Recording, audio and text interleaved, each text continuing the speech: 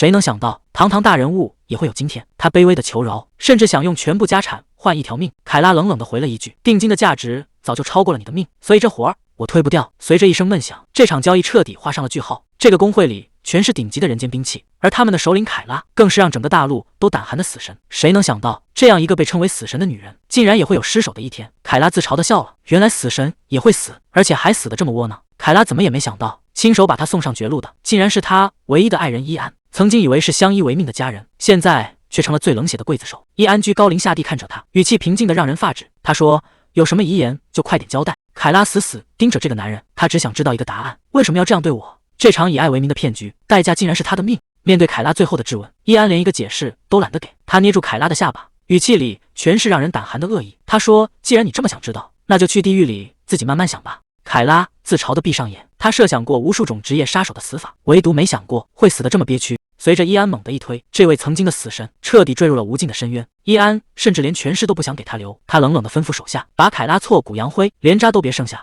卖命了一辈子的工会背叛了他，最信任的爱人亲手杀了他。凯拉觉得这大概就是报应。随着冰冷的水流将他淹没，那些被尘封的记忆开始疯狂倒带。他想起自己出生在肮脏的贫民窟，连父母是谁都不知道。为了活下去，他早就把命交给了魔鬼。为了能活下去，凯拉从小就在泥潭里打滚、偷窃、斗殴，在刀尖上舔血。他拼尽全力才从贫民窟爬出来，可谁能想到，最后竟然落得这么个下场。看着满地的鲜血和尸体，凯拉突然觉得，对于他这种手上沾满人命的怪物，这大概就是最合适的报应。随着伊安的一声令下，熊熊烈火瞬间吞噬了一切。这位顶级刺客的一生就这样在火光中彻底谢幕了。在意识消失的最后一刻，凯拉还在心里默默道歉：“艾玛，对不起，像我这种满手鲜血的人，这辈子肯定是要下地狱了。”可就在这时，命运的齿轮突然开始疯狂倒转，死亡并没有如期而至，四周的黑暗反而被刺眼的阳光撕碎。等他再次睁开眼，耳边传来的不再是厮杀声，而是一个温柔的呼唤。还没等他反应过来，就被一个活蹦乱跳的小团子给踩醒了。艾米莉亚在床上蹦得正欢，吵着闹着要赶紧起床。凯拉猛地坐起身，整个人彻底懵了，这里到底是哪？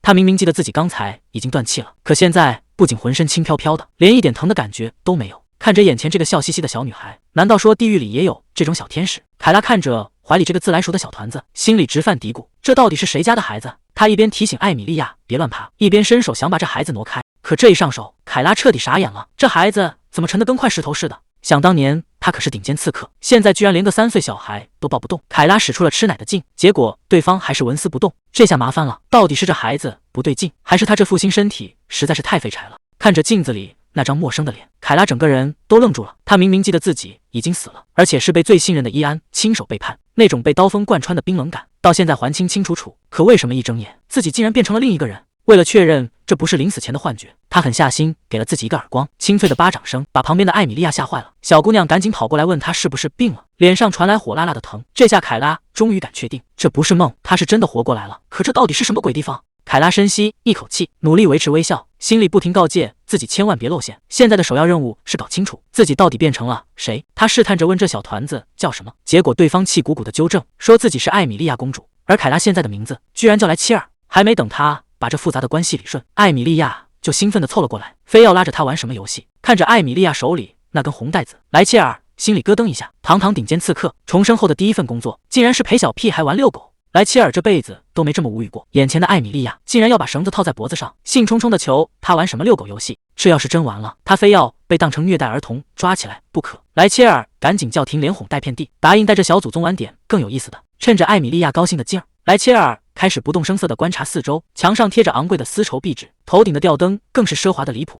看来他重生的这个地方起码是个伯爵级别的府邸，这下局面更有意思了。莱切尔越看越觉得不对劲，这房间装修的跟皇宫一样，可自己身上的衣服却破破烂烂，跟周围的华丽完全不搭调。看来这具身体的原主人只是个负责照顾孩子的小女仆，而且这小公主的日子过得挺惨，浑身上下都脏兮兮的。莱切尔意识到自己刚才太随便了，为了不引起怀疑，他赶紧改口，客客气气的请这位小姐去吃早餐。看着艾米莉亚那副没心没肺的笑脸，莱切尔心里已经开始盘算，这豪门深宅里的水恐怕比他想的还要深。还没等莱切尔缓过神来，门外突然传来一阵粗鲁的砸门声，对方扯着嗓子大喊：“瑞秋，布朗！”看来这就是这具身体原主的全名了。一旁的艾米莉亚吓得够呛，嘴里不停喊着老太婆来了。瑞秋心里冷笑一声，她倒要看看是谁这么大的威风。她伸手按住受惊的艾米莉亚，示意她先别出声，随后冷静地看向大门。随着房门被缓缓推开，这个让孩子怕成这样的狠角色终于要露面了。门一开，瑞秋就被骂了个狗血淋头。眼前的女仆长双手抱胸，劈头盖脸就是一顿训斥，责备她开门太慢干活，还偷懒。瑞秋本想低头装个顺从的女仆，可女仆长接下来的话却让她整个人都定住了。对方竟然提到了王子和公主。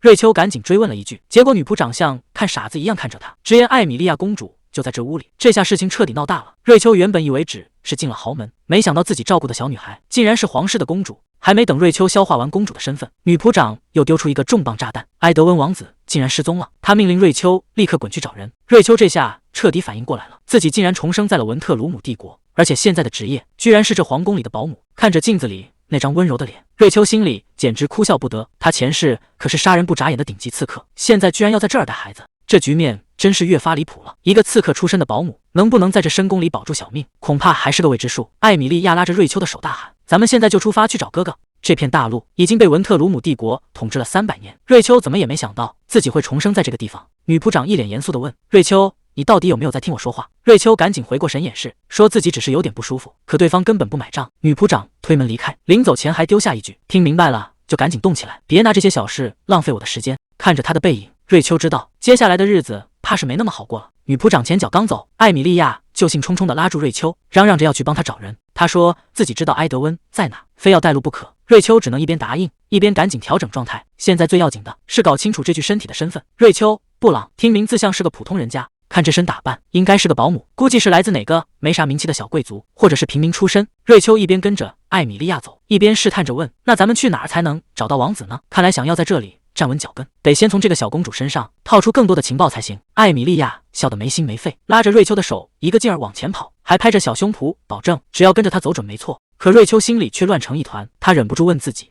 我堂堂一个刺客，现在居然沦落到在这儿带孩子。她本该出现在战场上，去寻找那个叫伊安的男人，亲手找他算账，把当年的仇给报了。记忆里那个男人曾温柔地对她说：“凯拉，刺客的生活根本不适合你。”凯拉曾经以为那些温存都是真的，她笑着问伊安：“别人都说我是个没心没肺的冷血动物，难道你不怕吗？”伊安深情地看着她说：“那些人都是傻瓜，根本不知道你有多善良。我的凯拉，那时候的拥抱有多暖，现在的现实就有多冰冷。”瑞秋心里很清楚，那些甜言蜜语不过是包裹着毒药的谎言。就在她沉浸在过去的时候，艾米莉亚突然喊了一声：“瑞秋！”瑞秋猛地回过神，艾米莉亚突然就委屈上了。瑞秋赶紧蹲下身子问：“怎么了？这是不是哪儿磕着碰着了？”结果这一问倒好，艾米莉亚直接扯开嗓门，哇的一声哭了出来。这动静大的，差点没把瑞秋给送走。这下瑞秋彻底抓瞎了，杀人他在行，可哄孩子他是真的一点经验都没有。看着眼前这个泪人，他脑子里只有一个念头：这该怎么收场？他一边手忙脚乱，一边拼命在记忆里搜寻以前自己哭的时候，别人是怎么哄他的。他想起了很久以前那个照顾他的老嬷嬷，也是这样温柔地摸着他的头。可现在的他真的能学会怎么当个好保姆吗？瑞秋轻轻摸了摸艾米莉亚的头，语气变得特别温柔：“殿下别哭了。”他看着小公主的眼睛，像是在商量，也像是在许诺：“艾米莉亚，如果你不哭了，那我以后也不哭了。”听到这话，艾米莉亚立马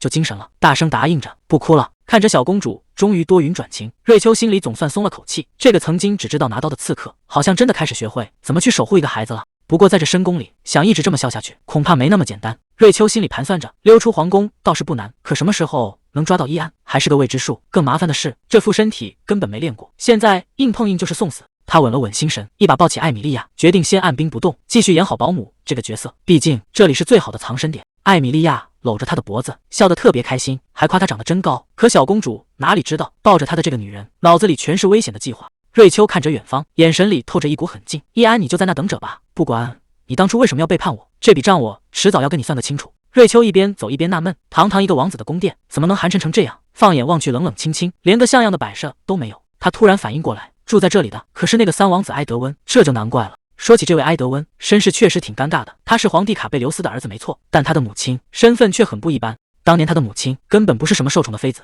而是被母国像卖货一样送过来当政治抵押品的，说白了就是个没人疼的人质。在这种环境下出生的孩子，名义上是皇亲国戚，实际上日子过得恐怕连下人都不如。更惨的是，埃德温的母亲在3年前生下大公主艾米莉亚后就去世了。这对兄妹在帝国根本没靠山，在皇宫里简直就像透明人一样。瑞秋这才反应过来，难怪以前对他们没啥印象。说白了，跟着这种没权没势的主子当差的下人最倒霉，不仅没油水捞，还得跟着受气。他心里已经打好了算盘，等打听到伊安的消息，就立马找机会撤退。这鬼地方他1秒钟都不想多待。可就在这时，瑞秋突然停住了脚步，死死盯着前方，像是发现了什么不得了的事情。难道说那家伙竟然就在这时，远处突然传来一阵吵闹声，听着像是有人在抢东西。瑞秋心里咯噔一下，这声音不就是那个三王子埃德温吗？听这动静，埃德温显然是被人欺负了。瑞秋顾不上多想，赶紧把艾米莉亚放下，叮嘱她乖乖待在原地，千万别乱跑。还没等艾米莉亚反应过来，瑞秋已经飞身跃起，动作利索的不像个保姆，唰的一下直接翻过了高墙。身后的艾米莉亚都看傻了，眼睛里全是崇拜的小星星。她哪见过这种场面，直呼这个保姆简直帅呆了。瑞秋翻过墙头一瞧，好家伙，堂堂三王子埃德温正被几个小屁孩围着欺负呢，对方手里拿着抢来的东西，一脸坏笑的挑衅。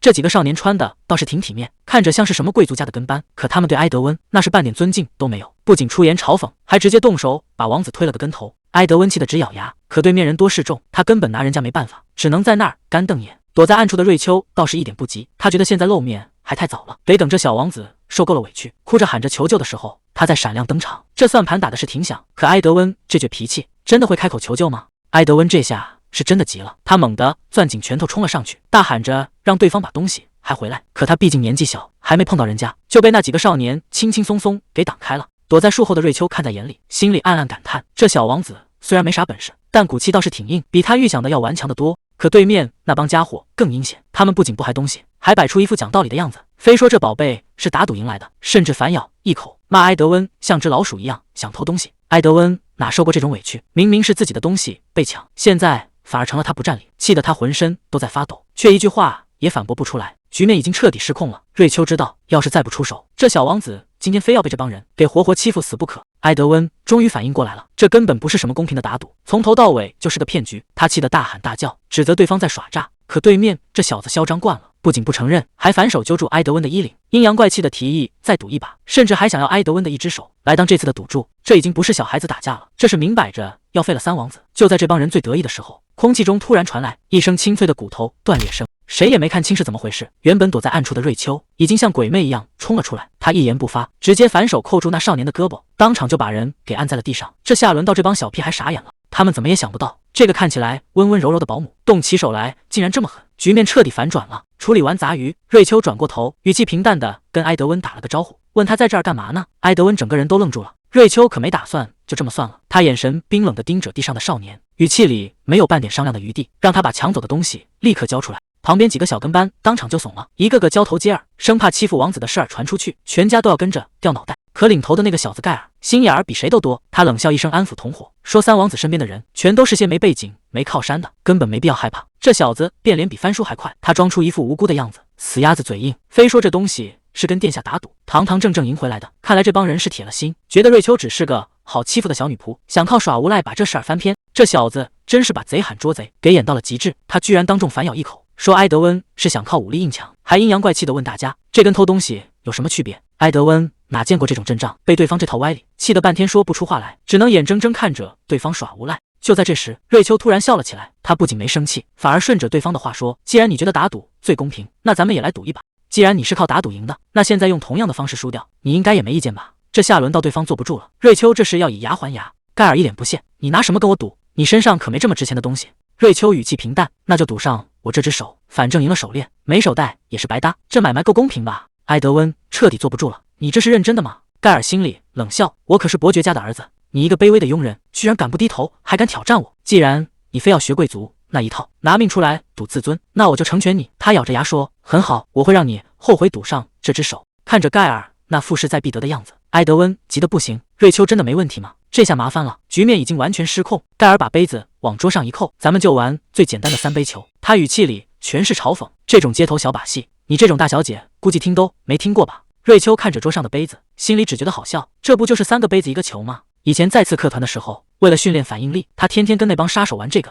瑞秋直接打断了他的话，规则我比你清楚，用不着你在这废话。这下有人要倒霉了，盖尔根本不知道自己是在关公面前耍大刀。埃德温急得想拉起瑞秋，这帮人全是骗子，我就是这么被他们耍了。瑞秋头也不回地问了一句，殿下，难道您不想要回手链了吗？埃德温一下子没话说了，只能愣愣地看着他。瑞秋轻声说，请再相信我一次。盖尔在一旁冷笑着扣下杯子，真是可惜了，等会儿输了这只漂亮的手，你可千万别怪我。他伸出3根手指，我给你3次机会，咱们现在就开始。盖尔敲了敲桌子，只要你能连续猜中2次，手链你直接拿走。他嘴角露出一丝坏笑，很好，那咱们就开始了。话音刚落，盖尔的手就像幻影一样动了起来，杯子在桌面上飞速交错，这种速度在普通人眼里早就已经连成了一片残影，根本不可能看清球在哪。但瑞秋一动不动，只是死死盯着那几个杯子。局面已经到了最关键的时刻，谁能想到这双眼睛早就看穿了一切？盖尔猛地停下手里的动作，挑衅地问：“球在哪个杯子里？”瑞秋连眼睛都没眨一下，语气平静的吓人：“右边那个。”旁边的埃德温都看傻了，刚才那速度，他连杯子的边都没看清。盖尔掀开杯子，红色的球果然滚了出来，他咬着牙挤出一句：“算你运气好。”第一局，瑞秋赢得轻轻松松，但这只是个开始。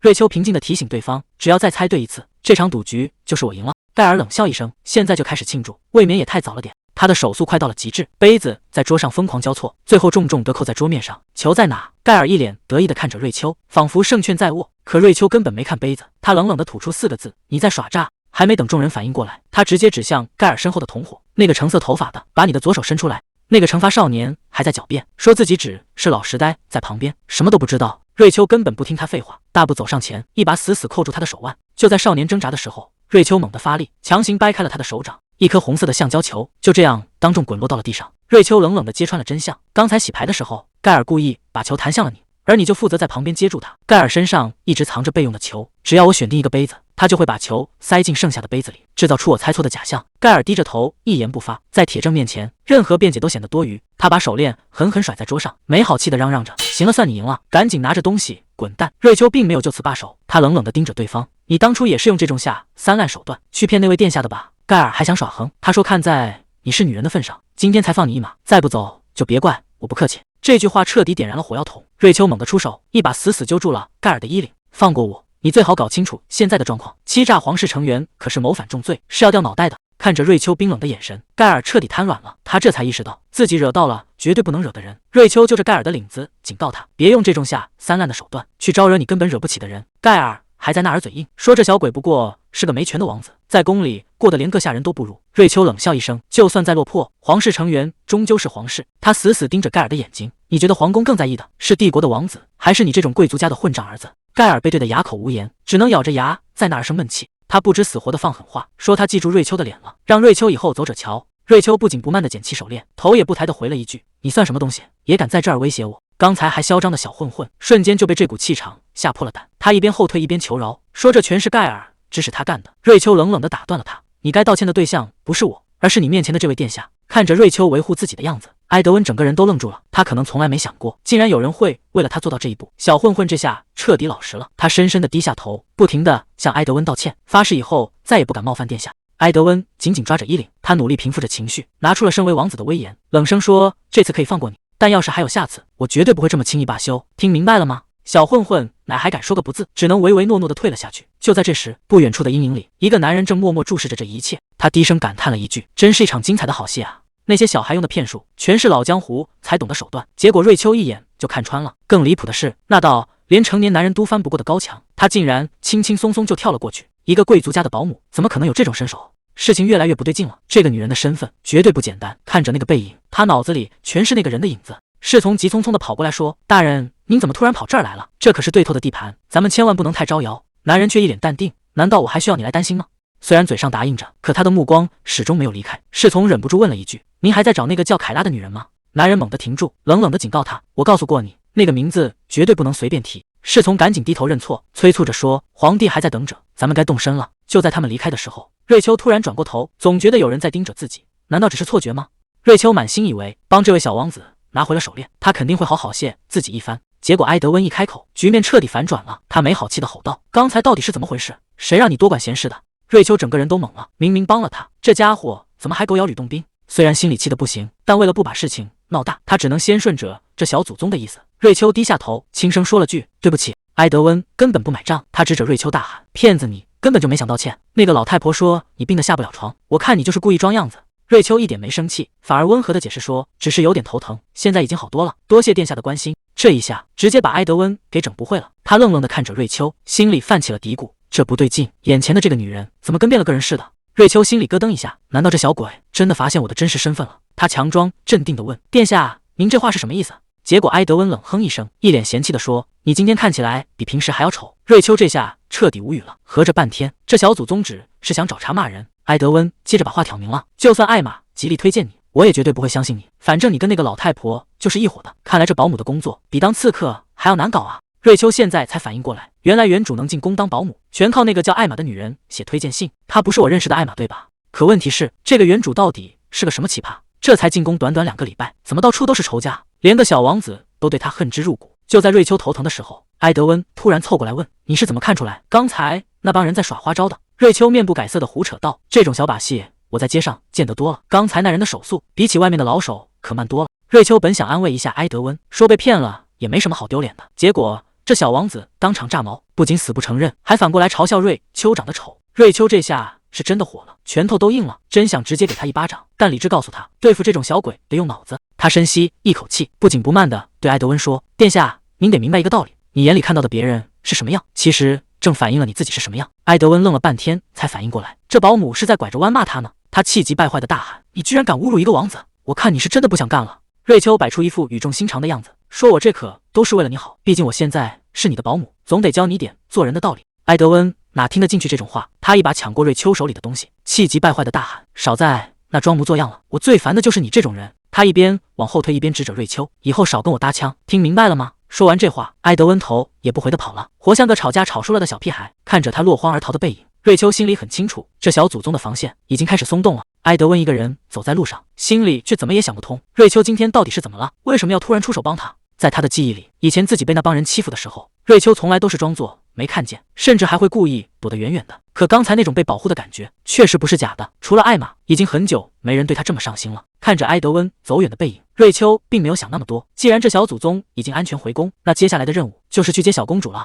坏了，出大事了！瑞秋刚处理完3王子的麻烦，回头一看，原本乖乖待着的公主竟然不见了。明明叮嘱过让她在原地等着，这小祖宗到底跑哪去了？瑞秋急得四处寻找，结果在走廊尽头听到了动静。只见女仆长正冷着脸，严厉地质问艾米莉亚：“你胆子真是不小啊，连给2王子的食物都敢偷！”艾米莉亚低着头，委屈巴巴的小声嘟囔：“可是我真的好饿啊！”这下麻烦大了，被谁撞见不好，偏偏被最难搞的女仆长抓个正着。女仆长这回是真动了气，她先是冷着脸训斥艾米莉亚，说身为公主做事竟然这么没分寸。紧接着她又转过头，把火全撒在了瑞秋身上：“我不是让你看好公主吗？要是再有下次，直接扣你工钱，听明白了吗？”瑞秋表面上唯唯诺诺的道歉，心里却早就炸开了锅。想他堂堂一个顶级刺客，竟然被一个普通人拿工钱来威胁，这简直是奇耻大辱。换做以前，对方早就没命站着说话了。可现在瑞秋只能强压住火气，毕竟想要逃离这个鬼地方，没钱那是万万不行的。行吧，为了攒够盘缠，这口气他今天先忍下了。周围的闲言碎语就没停过，那些人躲在背后指指点点，嘲笑艾米莉亚根本不像个公主，说她和哥哥就是2个惹祸精。瑞秋听着这些刺耳的话，心里别提多难受了。他蹲下身子，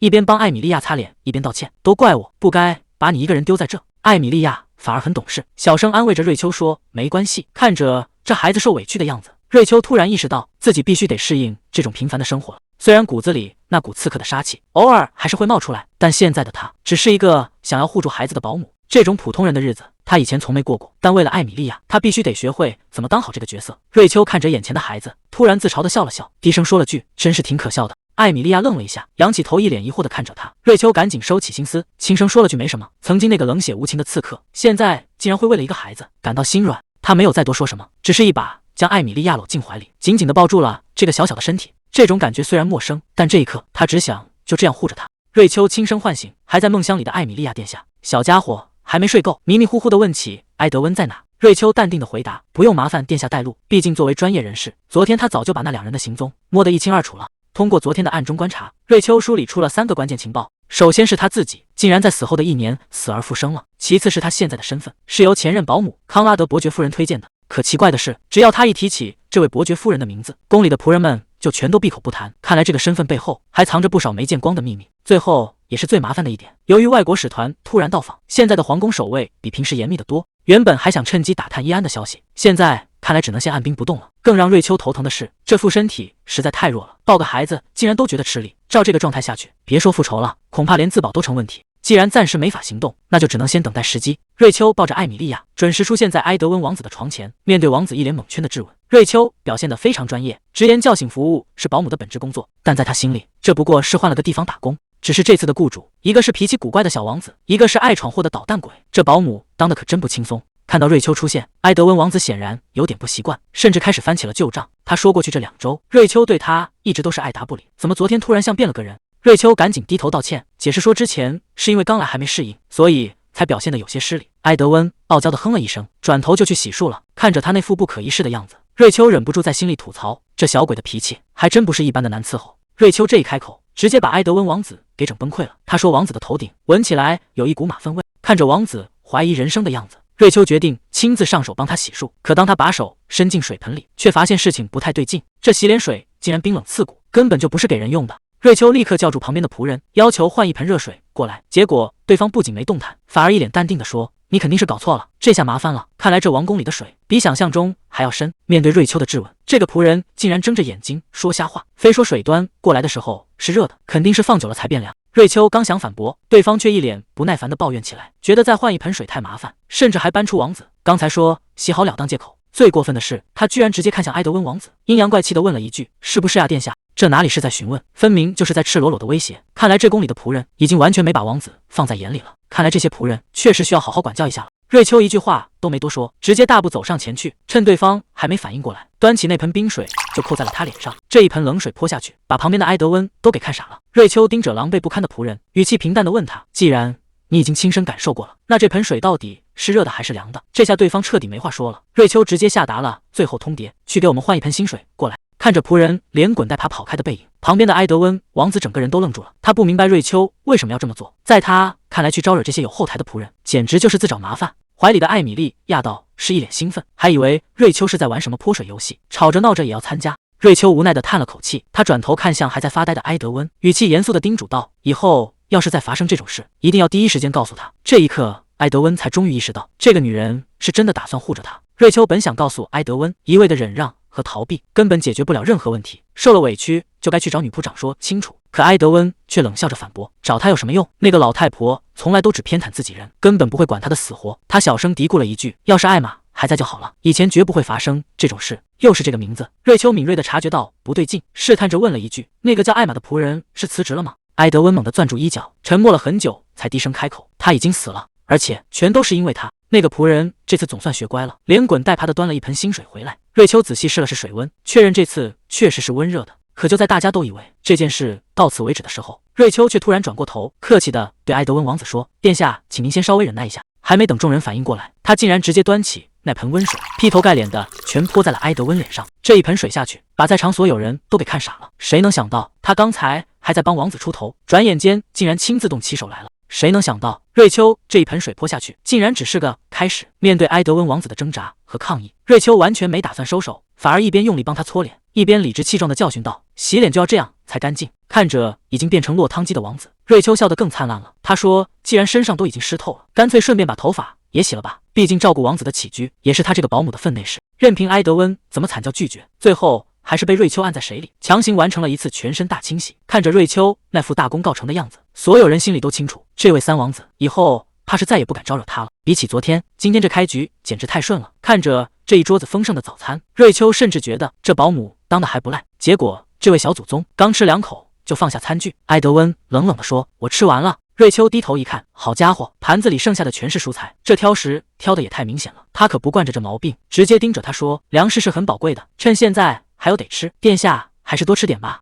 面对瑞秋的教育，埃德温根本不买账，他理直气壮地抱怨：“蔬菜这种东西简直难吃死了。”瑞秋可没打算惯着他，直接反问：“只要没烂也没毒，这饭菜难道还不够好吗？”其实他心里压根不在乎这位王子是饿着还是撑着，但既然拿了这份工资，该管的还是得管。瑞秋话锋一转：“要不要跟我打个赌？输的人必须把剩下的蔬菜全吃光。”埃德温这下警惕了，他知道玩牌肯定玩不过瑞秋，但他眼珠一转，居然主动提议要玩捉迷藏。看他那副自信的样子，显然觉得自己赢定了。瑞秋转头问艾米莉亚：“殿下，你也讨厌蔬菜吗？”结果这小姑娘不仅不挑食，还兴奋地闹着要一起玩。看着艾米莉亚大口吃菜的样子，瑞秋忍不住感慨：这小公主可比她哥哥要强上1000倍。埃德温这下坐不住了，他直接宣布由他和瑞秋来当寻找者，一定要把这场比赛赢回来。瑞秋顺水推舟，把范围定在了餐厅1楼，还定了个时间限制，只要没被找到，就算他赢。最后他还不忘确认一遍，输的人的把剩下的蔬菜全吃光，对吧？这坑已经挖好了，就看这位小王子待会儿怎么收场了。临走前，埃德温还不忘放狠话，他说一定会让瑞秋后悔，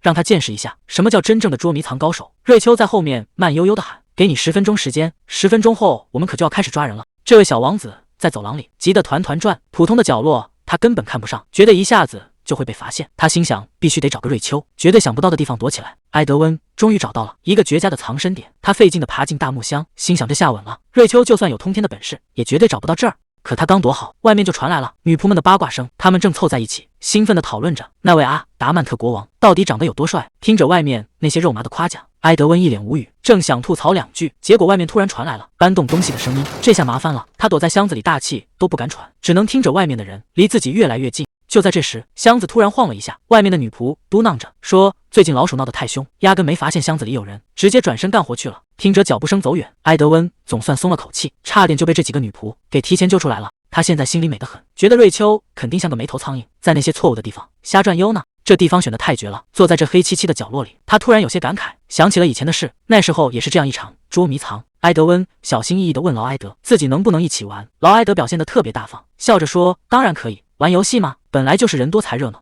他亲昵地搂住埃德温，把他带到了一个到处都是蜘蛛网的阴暗角落。劳埃德压低声音说：“你就躲在这儿，这地方绝对没人能找到你。”埃德温当时还傻傻地问：“那你躲哪儿呢？”劳埃德只是神秘一笑，说自己早就找好了另一个绝佳的位置，可如今回想起来，那个所谓的藏身点怎么看都像是个陷阱。劳埃德还在不停地叮嘱他说：“如果有人发现这里，一定要大声喊他，这样他们这组才能赢。”年幼的埃德温哪知道这里面的弯弯绕，想都没想就答应了。可紧接着，劳埃德的语气就变了，他死死按住埃德温的肩膀，强调说：“不管发生什么，只要没被抓到，就绝对不准出来。”他还故意放狠话，说要是埃德温提前露面，那比赛就输定了，而且这锅全得由他来背。当时的埃德温还觉得这是对他的信任，拍着小胸脯保证绝对不会让他失望。可他根本不知道，这一等差点让他再也出不去。劳埃德嘴上说着玩游戏，手底下的动作却狠得吓人。他直接搬来沉重的货物，把木箱顶得死死的，脸上还挂着一丝冷笑。可躲在里面的埃德温对此一无所知，他蜷缩在狭窄的黑暗里，满脑子想的都是绝对不能让哥哥失望。这是劳埃德第一次主动邀请他一起玩，他觉得只要自己表现得够好，以后哥哥就会经常带上他。为了这个小小的愿望，他一动不动地守在箱子里，哪怕周围静得可怕，他也咬牙坚持着。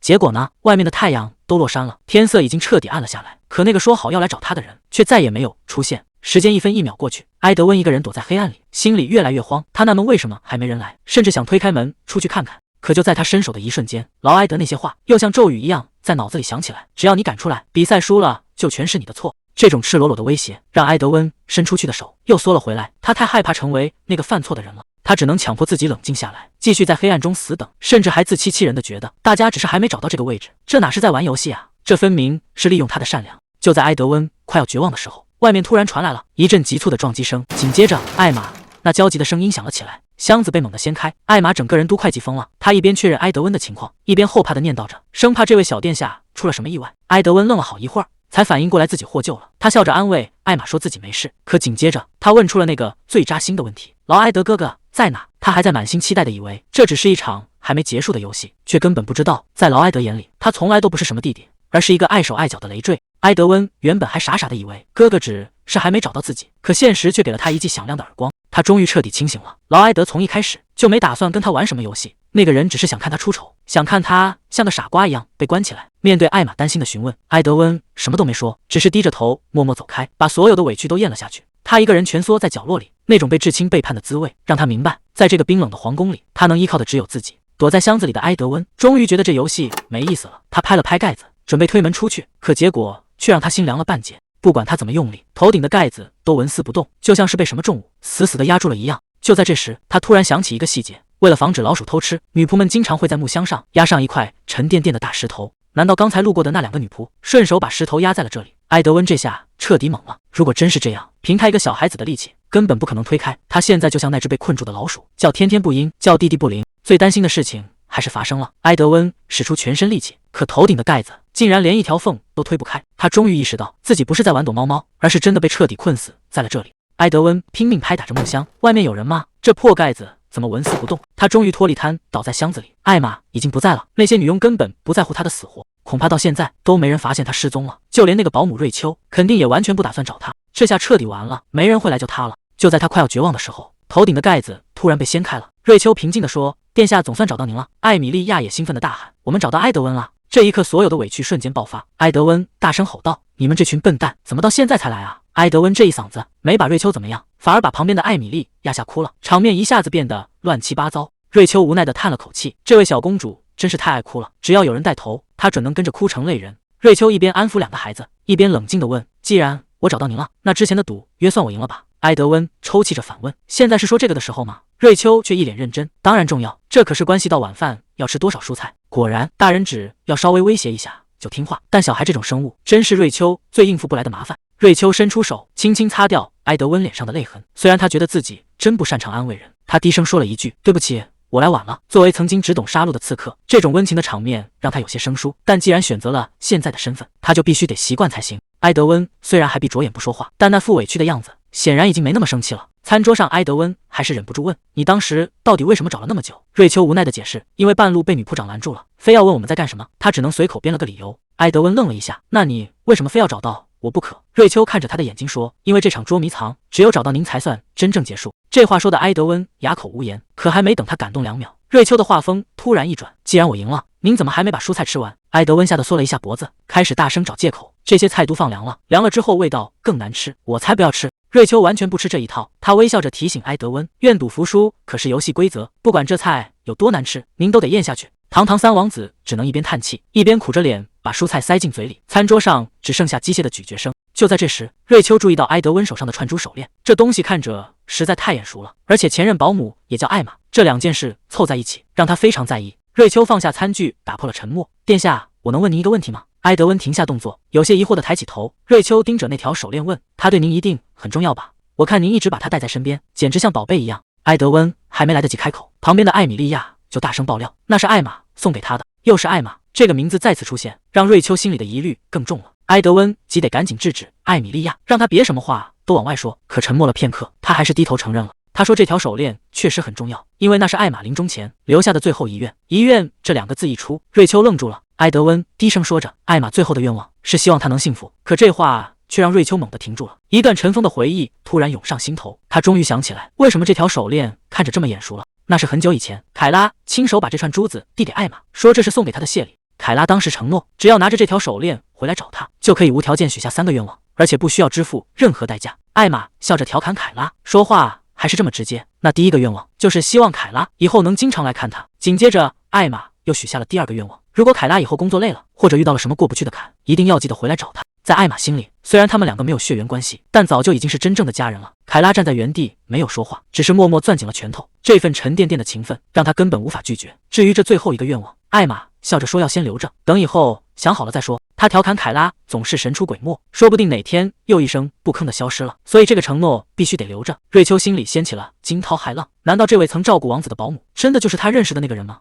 就在瑞秋疑虑重重的时候，埃德温突然伸手递过来一个东西，说是有份礼物要送给他。瑞秋下意识递到了声谢，可他的心思显然已经不在这里了。如果这2个艾玛真的是同一个人，那当年的真相就太可怕了。瑞秋接过礼物，却感觉手心里痒痒的，好像有什么东西在乱动。摊开手一看，竟然是一只活生生的蚱蜢。埃德温在一旁笑得前仰后合，觉得自己这招恶作剧简直绝了。可他显然低估了瑞秋的胆量。瑞秋面不改色地捏起虫子，语气平淡地说自己平时不太喜欢昆虫。还没等埃德温反应过来，瑞秋顺手就把蚱蜢直接扣在了这位小王子的头顶上。这下轮到埃德温炸毛了，他在那儿急得大喊大叫。旁边的艾米莉亚笑得更大声了，直呼埃德温这次是被彻底反杀了。闹腾了一整天，埃德温嚷嚷着回屋就要睡觉，瑞秋却一脸嫌弃地提醒他，先去洗个澡吧，这一身泥土味都要熏死人了。2人正说着话，迎面撞上了面色严厉的女仆长，她一开口就让气氛降到了冰点，直接质问埃德温昨天是不是偷偷出宫了。埃德温显然没料到会被抓个正着，支支吾吾的想要抵赖，可女仆长根本不给他狡辩的机会。他说已经有女仆亲眼看见，昨天他在马厩附近鬼鬼祟祟的，这下麻烦大了。女仆长的耐心显然已经到了极限，她猛地伸手死死拽住了埃德温的手臂，这一抓力道极大，疼得埃德温整个人都僵住了。女仆长俯下身，一字一顿的再次逼问：你真的没有偷偷出宫吗？女仆长这语气摆明了是不打算放过埃德温。瑞秋在一旁看明白了，原来是这个端水的女仆在背后偷偷告状，既然敢背地里使坏，那就要付出代价。埃德温还在那儿嘴硬，说自己只是随便走走。女仆长这回是动了真格，盯着埃德温步步紧逼，没我的允许，你竟然敢私自乱跑！眼看埃德温被吓得够呛，话都说不利索了。就在这时，瑞秋竟然主动站了出来，她说自己当时就在旁边，是因为殿下觉得闷，才陪着他一起出去走走，这明显是在替他打掩护。女仆长听完直接炸了，这种鬼话，你觉得我会信吗？女仆长直接把矛头对准瑞秋，语气冷得像冰块：谁给你的胆子，不打招呼就带殿下乱跑？瑞秋倒是一点都不虚，反而笑眯眯地回了一句：照顾殿下的起居，不就是我这个保姆的本职吗？女仆长听完更火了，说瑞秋进宫还没1个月，身份背景都还没查清楚，根本没资格谈什么安全。结果瑞秋脸色一沉，直接反将一军，我看得好好查查的，是这宫里那些乱说话的女仆吧？瑞秋这一招太狠了，直接当着面问女仆长，给殿下送冷水这种事，肯定不是您指使的吧？这话一出，女仆长就算再不爽也得忍着，她只能挥挥手，强压起火气认了。既然你这么有本事，那从今天开始，殿下的大小事务就全都归你管了。女仆长说完，头也不回的走了。那关门声震天响，看来这梁子算是彻底结下了。埃德温这下彻底懵了，他还没从刚才的对峙中缓过来，压低声音质问瑞秋：“你知不知道自己刚才在干什么？”瑞秋倒是淡定的很，他一边抱着艾米莉亚，一边伸手摸了摸埃德温的头，安慰他说：“放心吧，没事的。”其实瑞秋心里很清楚，如果不闹这么一出，那些狗眼看人低的女仆以后还会变着法子欺负他。至少从现在开始，没人再敢给他送冷水了。瑞秋本想去给殿下准备午餐，结果发现这群女仆全在偷懒。他刚质问了2句，对方反而阴阳怪气的顶了回来，说既然女仆长发了话，殿下的事以后全归瑞秋管，那他们这些当下人的自然就不敢再插手了。这哪是按规矩办事，分明是合起伙来要把他架空。看着这群人看戏的样子，瑞秋总算反应过来了，合着这整间厨房以后就打算让他一个人扛，这下麻烦真的大了。这帮人简直是商量好了，一看见瑞秋过来，全都找借口溜得没影了，摆明了是要让他下不了台。瑞秋现在总算看清了，女仆长那个女人从一开始就没安好心，这哪是给她放权啊，这分明是想把她孤立起来，再把所有的烂摊子一股脑全扔到她头上，让她一个人在这儿死磕。现在整个宫里的女仆都在背后对着她指指点点，觉得她就是个爱出风头的异类。看来接下来的日子，瑞秋每走一步都是在刀尖上跳舞了。虽然瑞秋刚来这具身体不久，但有一件事她已经看透了，在这个深宫大院里，不仅那2个孩子孤立无援，也没一个盟友是站在她这边的。可即便如此，她也不能眼睁睁看着王子受冻，更不能让小孩子饿肚子。但现在最尴尬的问题来了，做饭这件事她是真的一窍不通。毕竟以前当刺客的时候，她只学过怎么在汤里下毒，至于怎么把饭做得好吃，那简直比杀人还要难。看着手里这块硬邦邦的黑面包，瑞秋只能先拿去给王子垫垫底。至于那位娇生惯养的小殿下，待会儿会怎么抱怨，她现在已经能想象到了。瑞秋还没进屋，就听见里面传来了咆哮声。原来是一个老员工，正把凯瑟琳当成私人女仆使唤，非要让她把所有的窗帘都洗了。那人可不是那种逆来顺受的人，当场就直接对了回去。结果对方竟然恼羞成怒，反手就是一个耳光甩了过去。这女人一边打还一边叫嚣，说自己可是伯爵的女儿，骂凯瑟琳只是个装模作样的冒牌货，根本没资格跟她还嘴。看着凯瑟琳被打倒在地的样子，瑞秋心里咯噔一下，这女人越骂越离谱，不仅把宫里的乱象全怪在别人头上，甚至还变本加厉，直接一把揪住了凯瑟琳的头发，说瑞秋只是个不知从哪冒出来的野女人，根本没资格当王子的保姆。可他万万没想到，就在他骂得最起劲的时候，瑞秋已经悄无声息地站在了他的身后。瑞秋冷冷地问了一句：“你刚才是在说我吗？”刚才还嚣张的不行的女人，这下彻底踢到了铁板上，整个人僵在原地，连话都说不利索了。瑞秋看着眼前这一幕，忍不住冷笑出声。原来这宫里的女仆是靠谁的拳头硬来排地位的？他警告这帮人赶紧住手，别在这儿动手动脚。可对方不仅没有收敛，反而还理直气壮地质问瑞秋：“凭什么在这儿指手画脚？”瑞秋倒是一点没生气，反而表现得非常淡定。他说自己确实没兴趣去评判谁对谁错，但是既然这帮人刚才骂得那么起劲，那现在就要好好算算这笔账了。敢在背后嚼他的舌根，就要做好付出代价的准备。问他是不是被自己这种人教训，心里觉得特别委屈。这下女仆彻底被激怒了，她一边往前冲，一边破口大骂，说瑞秋不过是个被收养的孤儿，根本没资格在她面前摆谱。眼看这女人又要动手打人，嘴里还喊着要让瑞秋认清地位。可就在巴掌落下的瞬间，瑞秋直接一抬手，死死地扣住了对方的手腕。这下局面彻底反转了，瑞秋的眼神里可没有半点开玩笑的意思。瑞秋这一发力，疼得对方当场惨叫出声，那只手就像铁钳一样，死死地扣住了女仆的命门。瑞秋冷冷地看着他，语气平静得让人发毛。他说：“你既然这么好奇我的出身，那我就告诉你，你根本不知道我在晋伯爵府之前过的是什么样的日子，说不定我以前手上还沾过血呢。”这股恐怖的杀气瞬间把对方吓得魂飞魄散，这下他是真的踢到铁板了。瑞秋冷冷地警告对方，要是再敢乱嚼舌根，后果绝对不是你能承担的，听清楚了吗？这下女仆彻底吓破了胆，连滚带爬地逃离了现场。瑞秋看着瘫在地上的女仆，问她打算做到什么时候。凯瑟琳赶紧爬起来，一把抓住了瑞秋的手，像见到了救命稻草一样，不停地感谢这位新来的保姆。刚才那一幕确实把她吓得不轻，但在瑞秋眼里，这不过是举手之劳，她只是让那些人闭嘴而已。说完，瑞秋就转身离开了。这种冷静的性格让凯瑟琳完全看呆了。凯瑟琳赶紧追上去套近乎，她介绍自己叫凯瑟琳，在三王子的别馆当差。为了报答刚才的救命之恩，她拍着胸脯保证，只要瑞秋开口，什么忙都能帮。听到报恩这2个字，瑞秋突然停下了脚步。既然你这么想帮忙，那事情就好办了。瑞秋一边翻找东西，一边问：“你会做饭吗？”这下轮到凯瑟琳愣住了。谁能想到瑞秋提的要求竟然这么接地气，凯瑟琳这一出手，直接征服了所有人的胃。三王子埃德温吃得停不下来，直呼这味道简直绝了，甚至觉得只有在国宴上才能吃到这种水准。旁边的艾米莉亚也跟着点头，嘴里塞得满满当当，对这顿饭赞不绝口。但在瑞秋看来，能把家常菜做得这么惊艳，这本身就是一种了不起的天赋。看来这个凯瑟琳还真是个深藏不露的宝藏。虽然饭做得好吃，但凯瑟琳心里还是有点犯嘀咕。她小声问瑞秋：“这样帮她真的没问题吗？”瑞秋也有些担心，毕竟女仆长早就下了死命令，谁要是敢帮瑞秋，那就是在跟整个女仆团作对，这明摆着是要给瑞秋穿小鞋。结果凯瑟琳听完反而笑了，她说自己可不是在帮瑞秋，她只是觉得这宫殿的主人不能饿着肚子，所以才准备了这顿饭。这个理由找得简直完美，既钻了规矩的空子，又让瑞秋无话可说。凯瑟琳最后还不忘安慰瑞秋，让她把心放在肚子里，只要他们两个心照不宣，这件事绝对不会有第三个人知道。凯瑟琳随口说出的一个秘密，让瑞秋听得直接愣住了。原来在这皇宫里，女仆之间竟然也分3、6、9等。主宫的女仆压根不跟别馆的一起吃饭，更不会管这边的闲事。这背后的原因也很现实，主宫那些女仆大多出身名门，骨子里就透着一股傲气，而别馆的女仆要么是平民，要么是花钱买的爵位，两边谁也瞧不上谁，私底下掐得厉害。瑞秋这才反应过来，难怪之前那个女仆张口闭口就是自己伯爵女儿的身份，原来这宫里的鄙视链比她想象的还要深。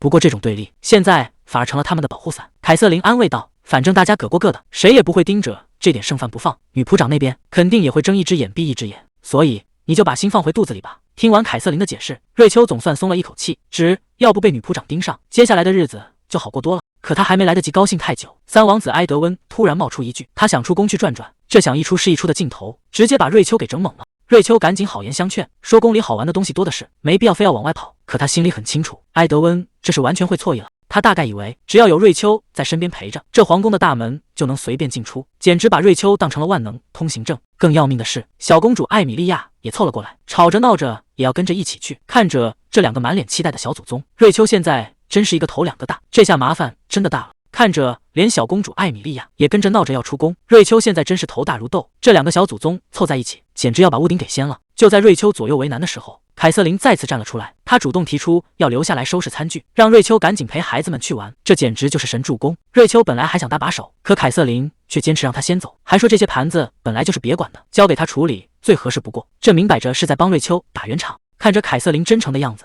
瑞秋心里那块石头总算落了地，她没再推辞，而是默默记下了这份情谊。既然麻烦是有人包圆了，艾米莉亚自然是最高兴的那个。她拉起瑞秋的手就往外跑，看来这一趟出宫之旅已经是板上钉钉了。路过那些宏伟的建筑时，埃德温还不忘当起小导游，指着图书馆和大王子的宫殿，跟艾米莉亚一通显摆，那与气别提有多神气了。可艾米莉亚根本不吃这一套，仰着小脑袋说自己早就知道了。埃德温见状故意逗她，问她既然这么厉害，待会儿能不能自己找路回来？艾米莉亚拍着胸脯保证，说自己聪明，绝对不可能迷路。埃德温笑着追问，这聪明劲儿到底是随了谁？结果艾米莉亚想都没想，直接一记彩虹屁拍了过去，说是跟哥哥学的。这一句话直接把埃德温哄得心花怒放。看着这兄妹俩打闹的样子，瑞秋忍不住在心里吐槽，这俩人简直就是一个模子里刻出来的。尤其是埃德温对妹妹那是百依百顺，简直像个温柔的天使。可一想到他平时对别人的态度，瑞秋就觉得一阵头大。这小王子变脸比翻书还快，之前为了不吃菠菜那副暴躁的样子，跟现在的温柔简直判若两人。就在瑞秋胡思乱想的时候，艾米莉亚突然停下了脚步，她指着不远处的一群人，小声嘀咕了一句，说是父亲在那边。瑞秋顺着他的视线看过去，心里咯噔一下，如果那是公主的父亲，那不就是传说中的皇帝卡贝留斯3世吗？皇帝还是老样子，跟瑞秋当刺客时记忆里的模样简直一模一样。但真正让他在意的是站在皇帝身边的那个人，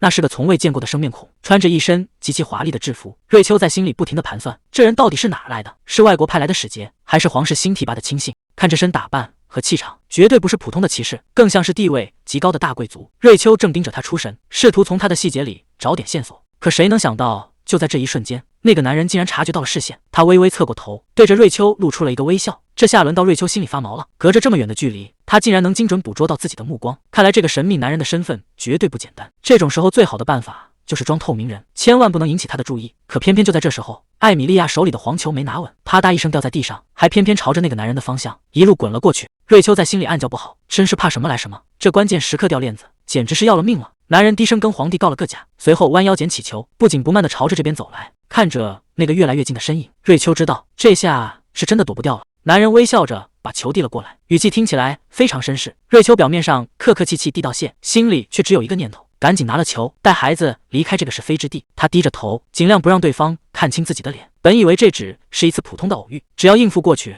就没事了。可就在瑞秋准备转身的时候，那个男人突然话锋一转，语气里带上了一丝玩味。他慢慢凑到瑞秋耳边，盯着她的眼睛问：“我们以前是不是在哪儿见过？”这句话一出，瑞秋心里咯噔一下。最担心的事情还是发生了。按理说自己绝不该认识这种大人物。他冷静地回答：“您认错人了。”可对方完全没有罢手的意思，盯着他不放。直觉告诉他，眼前这个女人绝对不简单。这下麻烦了，这种步步紧逼的试探，他还能瞒多久？男人再次开口问：“我们是不是在哪见过？”瑞秋淡定地回了一句：“您认错了。”如果他真的看穿了这层皮囊，难道他是自己前世认识的人？可瑞秋搜遍了记忆，也想不起见过这张脸，更何况现在的他换了副身体，他绝不可能认出来。男人沉默片刻，终于松口道歉，说自己只是认错了人。可他下意识抓紧衣角的小动作，说明这件事还没那么容易翻篇。男人行了个礼，临走前意味深长的留下一句：“下次见，小姐。”这句下次见听得人心里毛毛的。艾米莉亚还没反应过来，正为了找回球高兴呢，还遗憾没能好好谢谢人家。瑞秋心里很清楚，如果他真的认识以前的自己，那这绝对不是最后一次见面。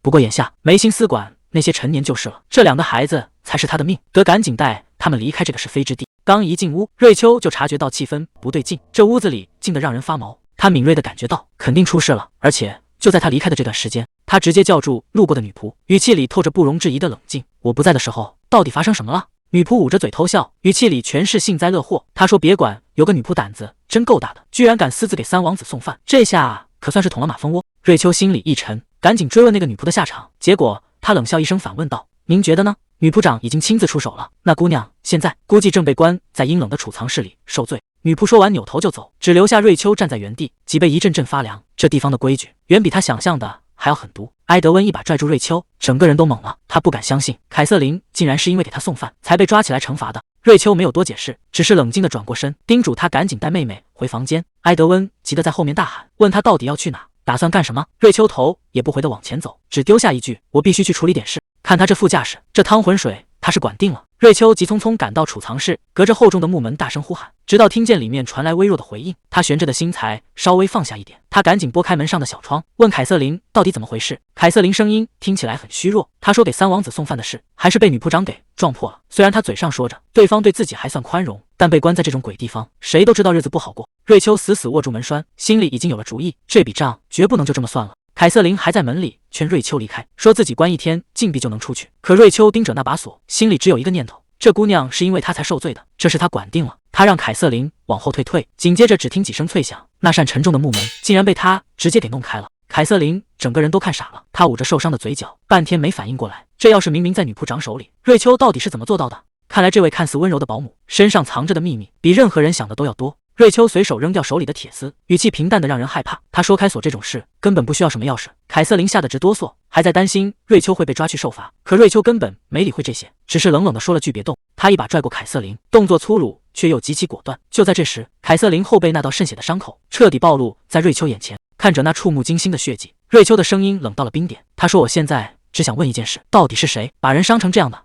凯瑟琳怎么也想不通，瑞秋明明知道救人的后果，为什么还要冒这么大的风险？瑞秋本来还想打个哈哈，说自己根本不是在帮他，可看着凯瑟琳那副认真的样子，他收起了笑脸，语气变得异常严肃。凯瑟琳低着头，绞着手指，沉默了半天才说出真心话。他说自己真的很感激，在主宫里被欺负了这么久，从来没有人管过他的死活，而瑞秋是唯一一个肯为他出头的人。他说自己没别的本事，只想尽一切努力去报答瑞秋。瑞秋沉默了半晌，突然叫了声他的名字。凯瑟琳愣愣地抬起头，还没反应过来，手就被瑞秋紧紧握住了。瑞秋看着他的眼睛说：“我帮你，只是因为这事儿该做，并不是为了让你报答我。”在他看来，那些女仆的所作所为，纯粹就是不讲理的欺凌。只要是错的事，他就绝对不会做事不管。这番话虽然听着冷静，却给了凯瑟琳前所未有的安全感。瑞秋一边扶起凯瑟琳，一边把话挑明了说：“他说那种欺负人的勾当，是他这辈子最瞧不起的。既然人是因为他受的罚，那他把人救出来就是理所应当。所以凯瑟琳根本不需要觉得欠了他什么人情。”凯瑟琳听完忍不住笑出了声，她说：“瑞秋小姐真是个怪人，一个心地善良的怪人。”听到好人这两个字，瑞秋心里只觉得荒谬，她一个满手鲜血的刺客，居然会被人发好人卡。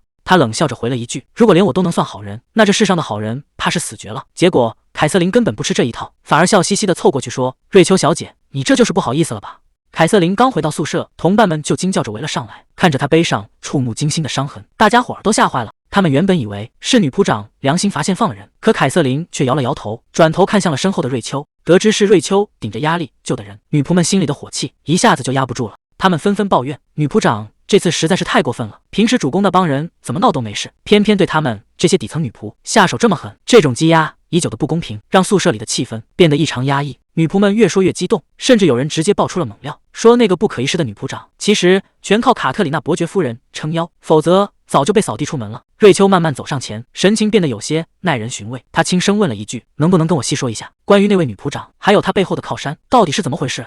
看来瑞秋已经找到了那个致命的突破口。看来这个所谓的社交界名花卡特里娜伯爵夫人与权倾朝野的二王妃就是整件事的关键。瑞秋觉得事情不对劲，既然二王妃地位稳固，为什么要盯着没权没势的埃德温？被救下的凯瑟琳虽然感激，但旁边的女仆却不敢再多说，生怕被女仆长发现。瑞秋直接点破了他们的顾虑，问他们是不是在害怕那个女仆长的疯狂报复。看来想要彻底破局，就要先搞清楚这背后的代价到底是什么。瑞秋直接放话，这是他一个人扛了，让凯瑟琳他们不用担心，但这种保护是有条件的，作为交换他要听所有的内幕，关于那个女仆长还有神秘的卡特里娜伯爵夫人到底藏着什么见不得人的勾当。看着瑞秋这么笃定，两个女仆终于动摇了，准备把知道的都道出来。看来这宫里的权力网马上就要被撕开一个口子了，这下麻烦大了。女仆长带人直接堵住了瑞秋，二话不说就把她按在墙上，紧接着就是一个响亮的耳光。女仆长当众发难，质问谁给她的胆子放走受罚的女仆。在女仆长眼里，瑞秋不仅没尽到保姆的责任，还敢把手伸到她的地盘上，局面彻底失控了。面对这种劈头盖脸的羞辱，瑞秋已经退无可退。瑞秋虽然被按在地上，但她还是当面拆穿了女仆长，说对方故意撤走所有女仆，就是想让她一个人累死。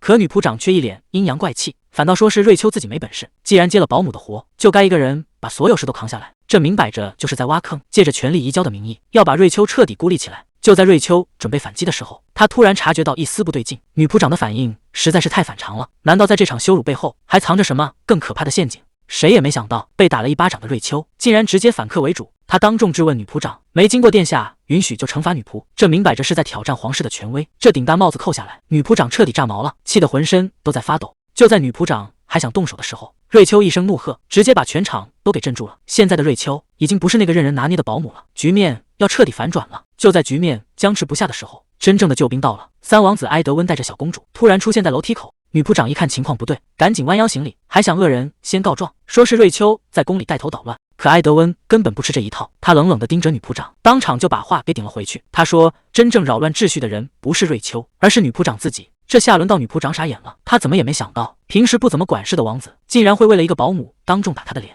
埃德温王子直接亮出身份，他先让女仆长承认自己才是这座宫殿真正的主人，这里的一草一木都归他管。紧接着他话锋一转，直接跟女仆长划清了界限，说那些听命于女仆长的女仆根本没资格留在这里。就在女仆长愣住的时候，埃德温一步跨上前，把瑞秋死死护在身后。他当众向所有人宣告，瑞秋不是普通的女仆，而是他和妹妹唯一的保姆。这下谁都看出来了，只要有王子在，谁也别想动瑞秋一根头发。女仆长这回算是踢到了硬石头，只能带着人灰溜溜的离开。危机解除后，小公主心疼坏了，凑到瑞秋跟前，又是安慰又是吹气。结果旁边的埃德温王子突然炸毛了，对着瑞秋就是一顿吼，骂她是没脑子的笨蛋，竟然敢跟那个老太婆硬碰硬。虽然他喊得很大声，但谁都能听出来，他这是后怕了，生怕瑞秋真的出了什么事。看着埃德温气急败坏的样子，瑞秋赶紧让他小声点，别把怀里的小公主给吓着了。其实埃德温心里也虚得很，他担心女仆长会跑去告黑状，到时候二王妃怪罪下来，谁也担待不起。瑞秋却突然问了个扎心的问题，既然平时胆子那么小，刚才为什么要冒着风险站出来？埃德温愣了一下，随后一脸认真的反驳，说自己虽然容易害怕，但绝对不是个懦夫，因为他曾经答应过艾玛，一定要变得强大起来，再也不会让身边的人受委屈。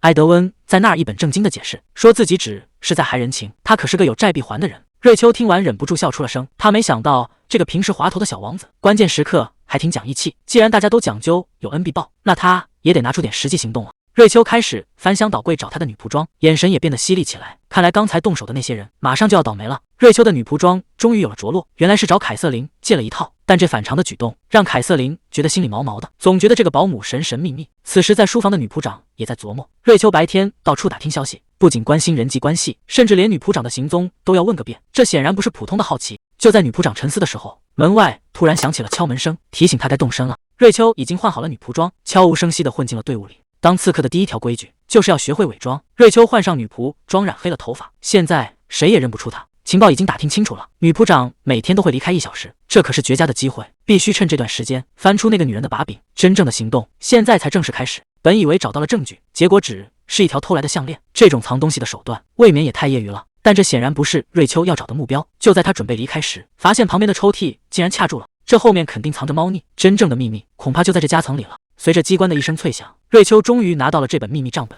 翻开一看，里面的内容简直离谱。女部长做假账都这么敷衍，报上去的开销足够每天都开一场盛大的宴会了。当一个人的贪欲超过了身份，马脚自然就露出来了。看着满屋子华丽的摆设，瑞秋知道这个女人的好日子到头了。比起效忠皇室，这个女人显然更看重自己的口袋。瑞秋合上账本，这下女仆长再也没法在这儿只手遮天了。就在瑞秋撤离后不久，女仆长急匆匆地赶回房间，可当她打开抽屉，整个人都傻眼了。她一边疯狂翻找，一边喊道：“到底去哪了？我明明就放在这儿的！”看着空空如也的夹层，女仆长彻底陷入了混乱。她怎么也想不到，自己最致命的把柄已经落到了别人手里。账本失踪，让女仆长彻底疯了。她在书房里疯狂乱砸。就在这时，门口传来一阵优雅的笑声，卡特里娜伯爵夫人竟然出现在了这里。她看着满地狼藉，不紧不慢地说道：“就算再怎么生气，贵族也该保持起码的体面吧。”这下轮到女仆长僵在原地了，她这副泼妇的样子简直丢尽了脸。她在心里疯狂呐喊：这个女人怎么会出现在这？眼前的卡特里娜可是二王妃身边的头号红人，得罪了她就等于自寻死路。女仆长想起自己当年的所作所为，为了攀上二王妃的高枝，她利用完卡特里，那就过河拆桥，彻底断了联系。谁能想到这个被她踢开的贵人，现在竟然直接找上门了。卡特里娜微笑着打了个招呼：“好久不见啊！”女仆长只能硬着头皮行礼。这下是真的踢到硬板了。卡特里内看着乱成一团的房间，明知故问的笑了笑：“你这么拼命在找什么呢？我真的很好奇。”女仆长支支吾吾的解释，说自己弄丢了一份重要文件，还试图转移话题，问对方今天怎么有空过来。结果卡特里娜根本不接这茬，她直接亮出底牌：“我刚好捡到一本书，觉得你应该很想见它，是一个好心的女仆匿名送来的。”这句话一出，女仆长彻底陷入了绝望。卡特里娜随手翻开账本，语气平淡却字字诛心。她说：“你真该好好管手下了。三王子的宫殿一共才20个女仆，你居然每天订购100箱胡萝卜。更离谱的还在后面，账本上写着你花了300金币买了一份大礼，可结果呢？”卡特里娜随手拎起一串项链，笑眯眯地问：“这串地摊货不会就是那份大礼吧？3年前我过生日的时候，你送的不就是这一条吗？”这下真相大白了，女仆长每年都打着送礼的旗号，把整整300金币揣进自己兜里，却拿这种破烂玩意儿来糊弄人。看着项链掉在桌上的声音，女仆长彻底说不出话了。这笔陈年旧账，今天终于要彻底清算了。卡特里娜终于彻底爆发了，她猛地伸手掐住女仆长的脖子，语气冰冷到了极点：“你到底贪了多少钱我不管，但你竟敢打着我的名号去偷！当初你在乡下走投无路，是我亲手把你提拔进皇宫的，结果你不仅手脚不干净，还敢往我脸上抹黑。”女仆长还在拼命狡辩，说账本不是她写的，可卡特里那根本不想听，直接一个字让她闭嘴。她猛地把女仆长甩在地上，冷笑着揭穿了最后的底牌：“你以为背后有二王妃撑腰，我就真的不敢动你了吗？”这一步踏出去，女仆长的管家生涯算是彻底到头了。女仆长还在垂死挣扎，她拼命发誓说账本不是自己写的，结果卡特琳娜冷笑一声：“你觉得我会认不出你的笔迹吗？”她根本不给对方求饶的机会，直接下达了最后通牒：“立刻滚出皇宫，回你的乡下去！要是再让我看见你，我就让你人头落地！”女仆长吓得瘫坐在地上，哀求旨要不赶他走怎么都行。可卡特里那已经失去了耐心，他当面撕碎了最后的证据：偷窃皇室财产可是死罪，如果你还想活命，现在就给我消失！看着漫天飞舞的纸屑，女仆长知道自己彻底完了，在这座皇宫里再也没有她的容身之所。卡特里娜优雅的推门离去，女仆长指着瑞秋半天说不出话，憋了很久才挤出一句：“你为什么要这么干？”结果瑞秋回过头，露出了一个极其灿烂的微笑。她语气轻快地反问：“不是你亲口告诉殿下的吗？说谎可不是什么好习惯，用对方教训别人的话，反过来抽对方的耳光，这招杀人诛心，简直比直接动手还要狠。”女仆长这下彻底疯了，她尖叫着冲向瑞秋，嘴里还骂着难听的话，恨不得当场撕碎对方。可就在她挥手的一瞬间，瑞秋稳稳扣住了她的手腕，语气平静的让人害怕。她说：“我完全听不懂你在说什么？”女仆长还在拼命挣扎，一口咬定就是瑞秋害了她。结果瑞秋眼神一冷，反手就把她甩到了一边。之前忍你那一次，纯粹是给你脸了，现在你已经不是女仆长了，我没必要再惯着你。这一记反击干净利落，直接把女仆长最后的尊严彻底踩在了脚底下。女仆长这下彻底瘫了，整个人像丢了魂一样，连站都站不起来。曾经不可一世的女仆长，这回是真的彻底玩完了。瑞秋居高临下的看着她，脸上挂着胜利者的微笑。她指了指门口说：“大门在那边呢，为了怕你找不着北，我还是亲自送你出去吧，省得你在皇宫里迷了路。”